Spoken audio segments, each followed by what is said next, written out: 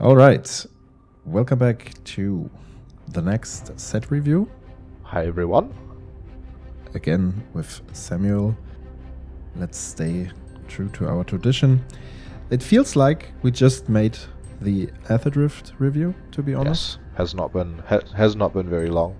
Yeah, it drove away quickly, so to say. And here we are with TARKIR DRAGONSTORM, a set that most players looking forward to.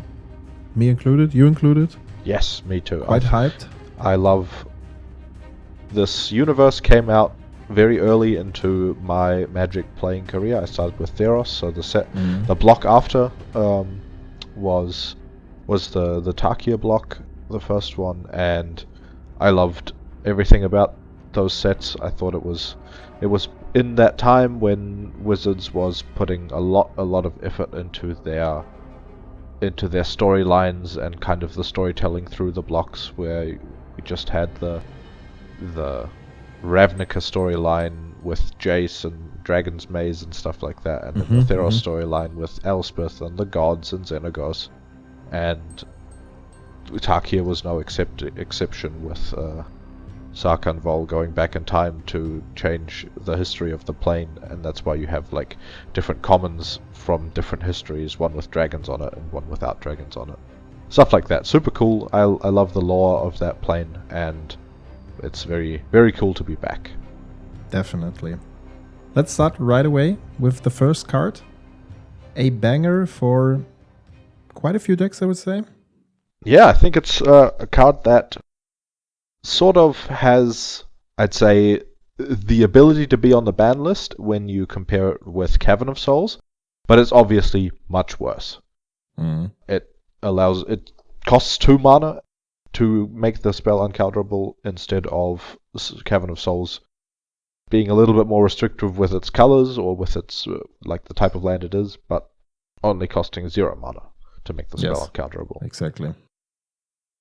Yeah, I think it's a pretty cool addition to the land base. The fact that it comes untapped with a mountain or a forest makes it.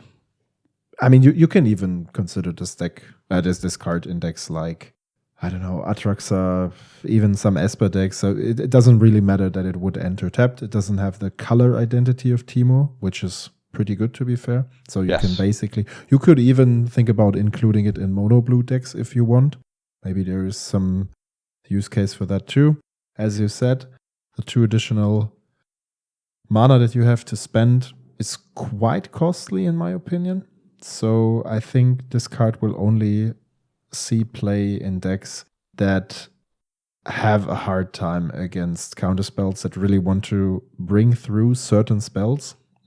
The fact that this is not limited to a certain card type and it's really flexible is quite cool, I have to say. So yeah, we won't see it in all the blue decks, but definitely a couple of decks will. Maybe something like Flups will try this out. There might be things like Thrasios Tymna or Thrasios Bruce, for example, that could make use of that. You know, when you're in a situation where you have some more mana to spend and the only thing that you scoop towards is a counterspell, and then you can safely bring down your Nado for 5 instead of 3. But if you can afford it, then why not, you know? Yeah. Only limitation or requirement might be that the deck you're trying to include this card into should have a mana base that's mostly going in a blue direction, because sometimes it's like the land quality gets better and better, and then you include these single color producing lands and they really have to fulfill their purpose. Otherwise, definitely. Sometimes it can be awkward, you know, because we have more and more cards also along this review. You will see that that have not that high mana costs, but lots of pips included. So definitely. You need to take care of that. Yeah. Next up. The next card we have is a include in Atzera, and probably not much else. It's Sibsig Ceremony, or the Sibsig Ceremony. Makes your creature spells cost 2 less, and whenever a creature enters if you cast it, destroy that creature, and then create a 2/2 zombie druid creature. So it lets you kind of abuse enters the battlefield triggers. And in the case of Azirarak, if you are casting it and you have not completed the dungeon that Azirarak wants you to complete, you can stack the triggers so you have him back in your hand, and then have the rest of the trigger resolved, destroy the non-existent Azirarak, and give you a 2/2. So you're paying 1 mana to go 1 room further in a dungeon and make a 2/2, which is pretty strong. And yeah, I think it's specifically for that deck, it's a cool include, but not much else. Yeah, but as far as I noticed, a couple of people looked at the card and they were like, "Oh, it's cool. Can we play that somewhere?" And then all of a sudden, people were like, "Hey, there's Azirarak. Yes, it's a niche deck in Duel Commander, but it's there. There's a small community." I think both of us faced it in the latest Strasbourg event. There are quite some seasoned players. Also, there's a small group, I think, of 3 people who developed it a couple of years ago, and one of those players even made the first place at a German event. So it's quite a cool deck. Definitely one of those underdogs, and it's cool to see some more support for that. Definitely. Next up, we have another cool card, the Dracogenesis, which at first looks a bit like a multiplayer card, but then Samuel mentioned some important aspect about it. Yeah, it slots into Tiamat, which used to win the game with a card we talked about in our recent ban review. I'm blanking on it right now. It's the one good in a truck. Dream Halls, exactly. Because Tiamat comes into play, searches you 5 dragons, so you get to cast 2 of them, and then that gives you a win in certain combinations. And if you have more cards in hand, then you can usually win pretty safely. And this card kind of changes that dynamic where you win very safely if it's on the board and you are casting Tiamat. It doesn't cost you any cards. You can keep up protection much better. And there have recently, in the last couple of years, been a couple of cards that are good with this sort of effect. So one thing that you can do is Shifting Woodland, which there's very natural development towards Shifting Woodland. You can crop rotation for it, you can exploration map for it, you can tutor for it with other ways, and if you manage to find your Dracogenesis and put it into the graveyard with a Faithless Looting, with some other different cards, then you can at instant speed at instant speed activate it. It is an instant, and you probably have Delirium since it's an enchantment, and then you just have it in play. There's no countering that. You can cast your Tiamat. Sometimes you even have 2 more mana. If the first Tiamat gets countered, you can cast it again with the additional command attacks and win the game that way in a much more convincing style. So I think that's a pretty cool tech, and there probably does exist some combo deck that you can design around that specific type with some pretty good cards like Seasoned Pyromancer and Fable of the Mirror Breaker and Occult Epiphany, and maybe even play some reanimation aspects in additional, maybe not, maybe some other combo. It's not that easy, but I think there is a deck that can be designed around that. Yeah, definitely. I think it's worth a consideration. I was just thinking about, this whole dragon set definitely brought back the hype around Dragon for good reasons, right? Maybe it will also make the people think about Tiamat again. One more thing about the Shifting Woodland line here is that, and we talked about that in detail in the latest update also, it's an enchantment. So once you resolve it, it's quite hard to get rid of it. Your opponent can bounce it with an Otarara and stuff like this, but usually they're not packed with a bunch of enchantment hate. If it isn't for a Cankabloom or stuff like this. But Haywire Might. There are definitely answers. There are a couple, right? And there are better options these days, but not too many. It really depends on the deck. Next up, we have pretty much a no-brainer, the Nature's Rhythm. Which acts as a second it's not a second finale, but it's a bit different. You don't have any board boost if you pay over a certain amount of X, but instead for 4 green, like you can pay 2 green plus X, search a bigger creature. Let's say you go for the Bright Glass Gearhulk this way. And next turn you can pay 4 green and tap the Gearhulk to search for another creature with CMC4. So in this case, it would end up in searching for Nadu, maybe, if previously you searched for a Skullclamp or the Nomad using a trigger, stuff like this. This will directly go into combo decks, I assume, and it will probably also go into Azusa, because here again you can search your big target for spending a lot of mana, and then you can just tap the target and recast it and search for another big target. Definitely. So quite a good card. Yeah, not much to say about this. Has the kind of value that you expect from a card like this being printed nowadays. Absolutely, yeah.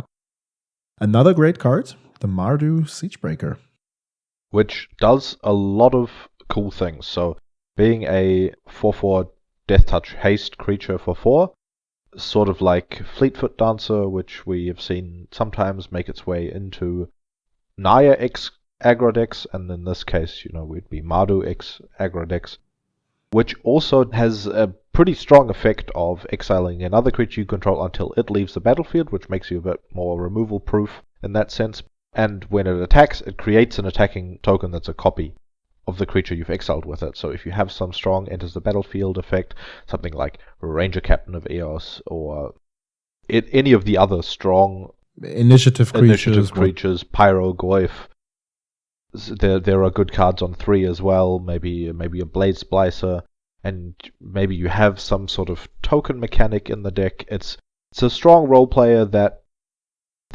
sometimes will bring a lot of value with it. Definitely. I really like this creature, I have to say. Imagine it would be Jeskai, would directly go into Satyas. But Mardu is fine, I think. It just needs the right command zone for that. I'm just thinking about, currently we don't have a very attractive Mardu aggro deck being around, I think. Yeah. But, like Wizards prints cards all over again. And as we see here, we get more and more power creep for different archetypes. So I think we will get there. Yeah, and I think there's a kind of... There are playable Duel Commander decks in every color combination. No color combination is really too weak to be played. It's mostly just having a competitive commander that's not banned in that color combination. And that's currently not the case for Mardu, I'd say. It isn't the case for, what's it called? Blue, white, green. Janara, or what do you mean? Well, Janara, but the color combination that it comes from. Bant, that's the one, yeah. It's not the case for Bant at the moment either. And that's just sometimes going to be the case. We have a good Zolte deck, we have lots of color combinations with good decks, and sometimes there's a couple that don't have a commander for them at the moment, and therefore don't see much play.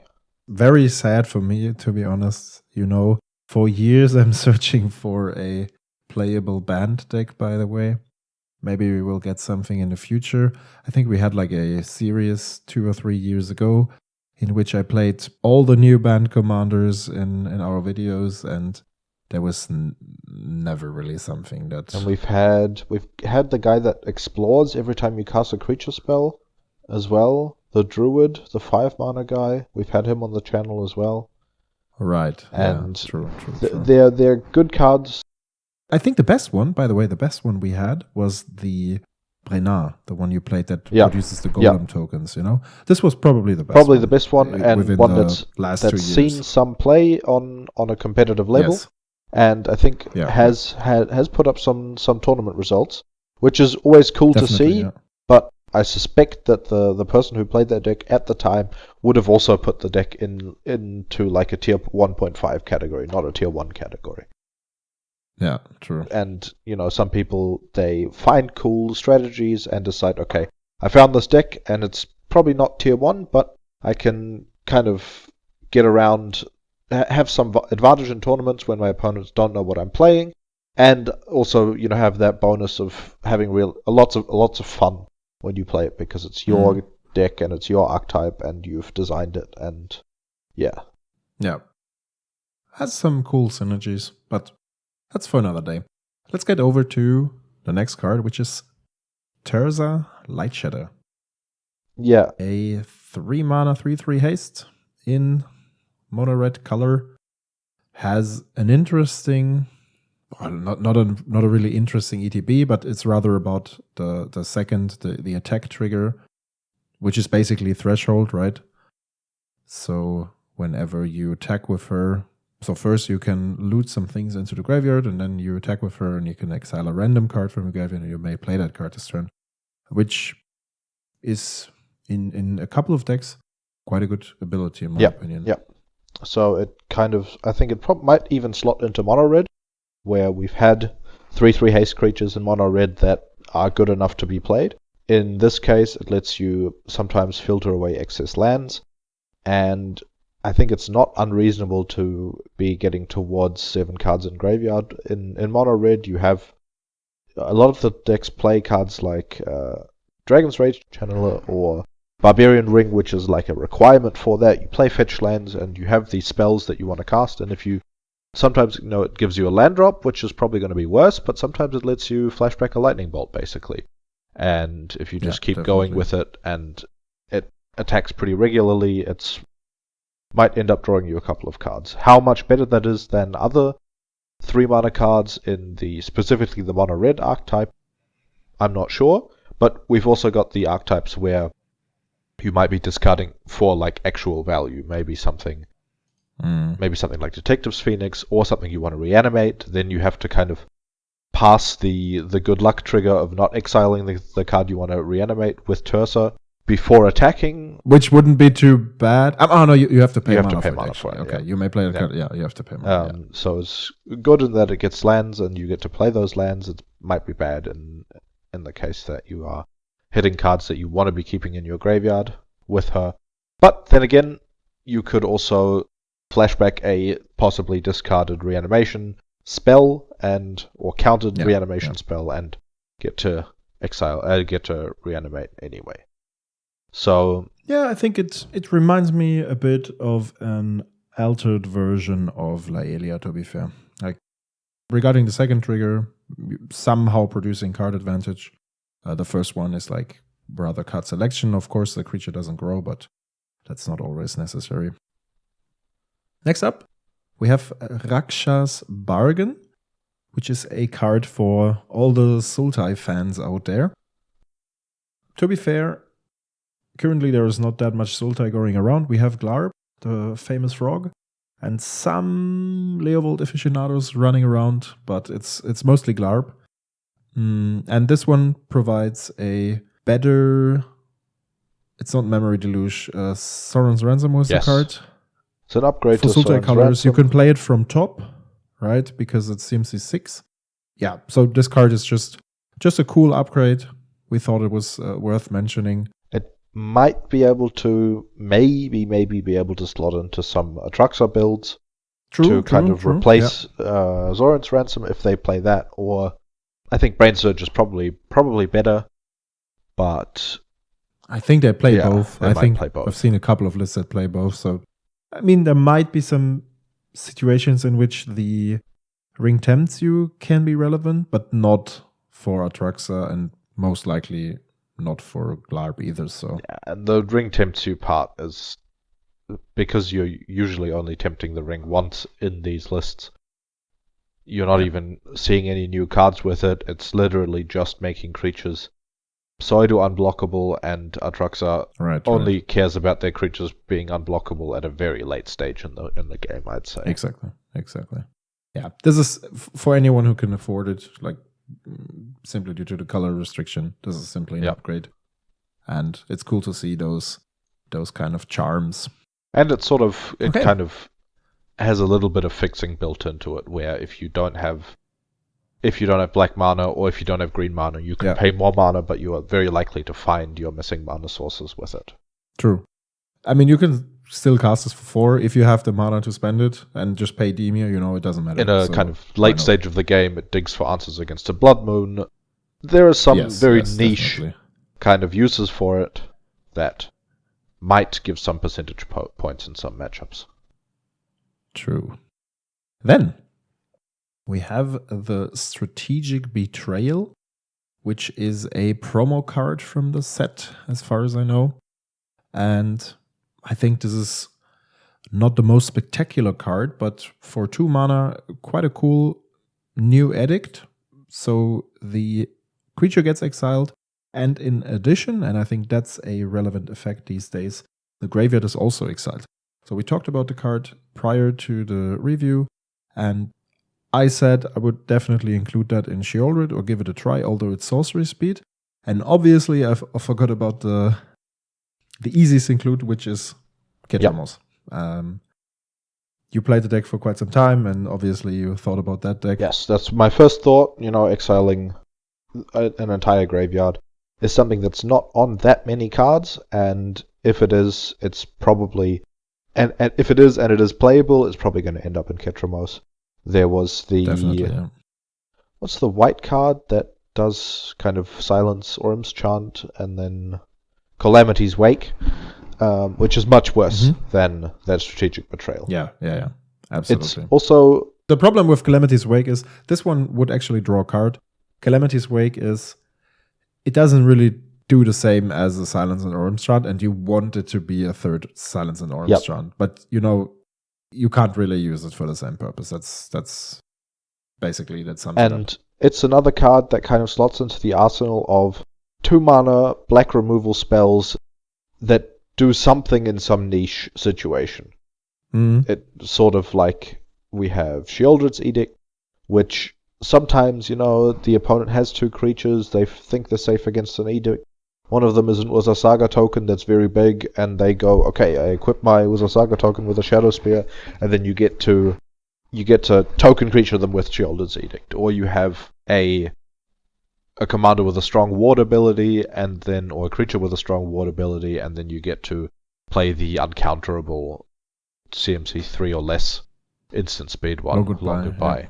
And it's the same with Strategic Betrayal. If they only have 1 creature on the battlefield, it gets around Protection, it kills a True Name Nemesis, it gets around Indestructible, it kills a Ketramos, and it goes around all ward abilities, and maybe has the upside of denying them a Delve spell, or they can't unearth the creature that you've made them get. These kind of incidental upsides that you're really happy to have on a card like this. I think if you're a player playing a black deck, or your deck has access to black, and you feel like you struggle against Aminatou, this could be a cool joker against it. Because sometimes, or often, Aminatou brings up an early reanimation line, and then you feel like the game is already lost because it's turn 3, my opponent has an Archon on board already, And this card deals with both. If there are more targets in the graveyard because your opponent is not afraid to have them open and accessible, then it's like, okay, I deal with the creature, and the creature is exiled, but everything else in your graveyard is exiled too. While it's at the same page, it's not the best card to deal with Old Rootstein, because Rootstein is very likely to just exile an insect on board, so you won't get rid of the target, but you get rid of the graveyard. Which is, in some cases, it might be worth it to play the spell just to get rid of a graveyard. But yeah, that being said, I like the floor of the card, at least being able to exile an opponent's graveyard.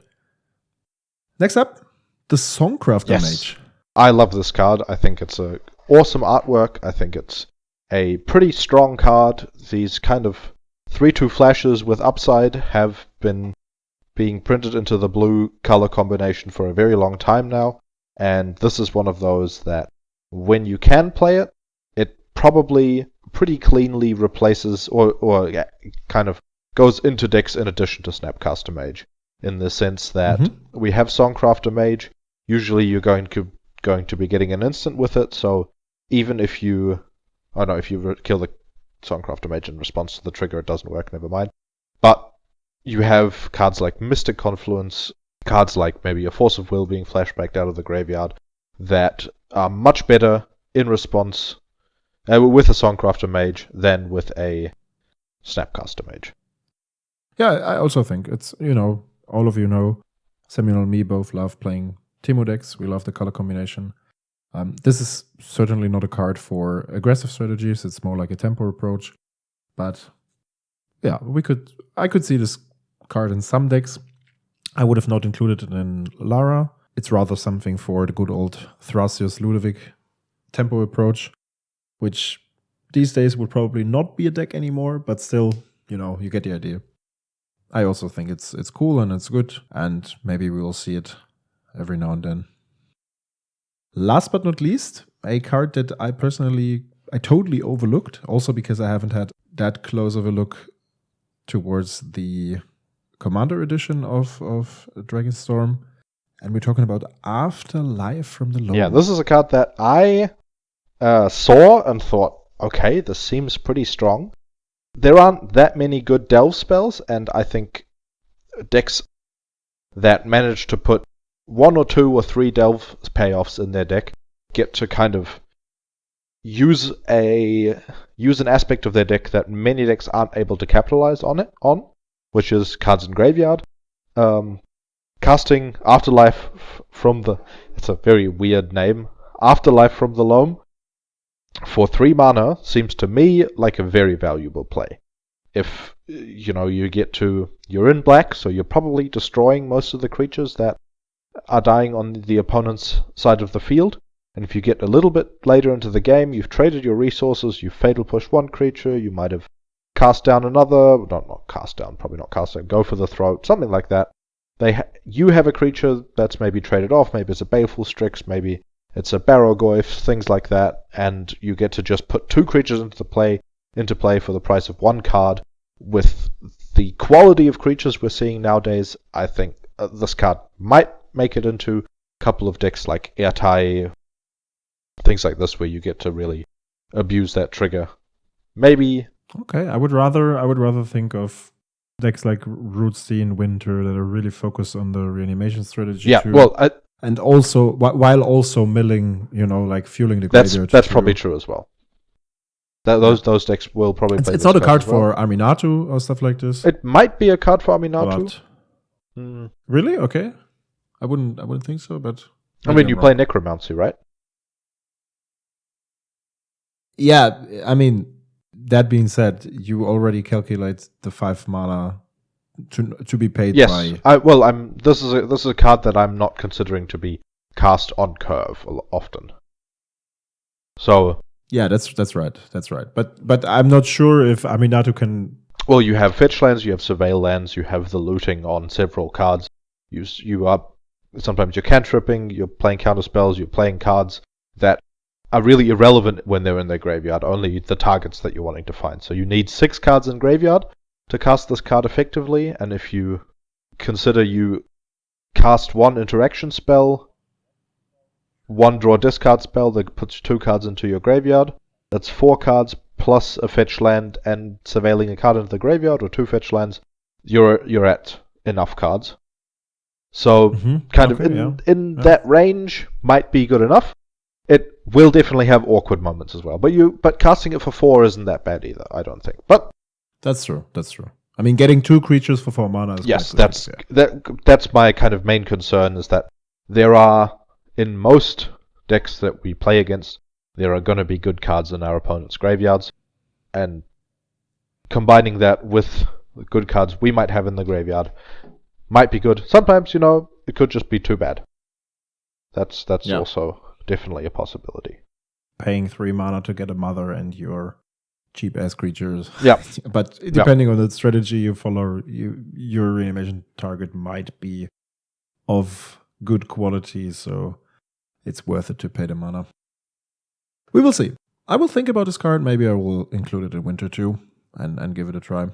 The more I think about it, the more I start to like it, to be fair. But, okay. Good. That's it already. Our last card from the set. There are many more to talk about, as always. Yes, we condensed the list down quite a bit. There's a couple of commanders which are difficult to speculate on. Sometimes, similar to my thoughts on Ketramos in the last review, I thought it would be much stronger. It is a good deck, but it's not earth-shatteringly strong. Yes, that's and right. Maybe I had some biases towards the archetype that made me consider it to be stronger than it was. And then predicting how good legendary creatures are going to be. There's a couple in this set that we both think, or one that I think is pretty strong, and another one that we both think is pretty strong, but we might get to see those on the channel, so we don't want to spoil you guys. Exactly. Okay, with that being said, thanks a lot for tuning in again. Thanks for listening, and see you next time. See you in the next review session, or probably earlier on the battlefield. Yes. So we head hope over there. And until then, bye-bye, guys. Bye-bye.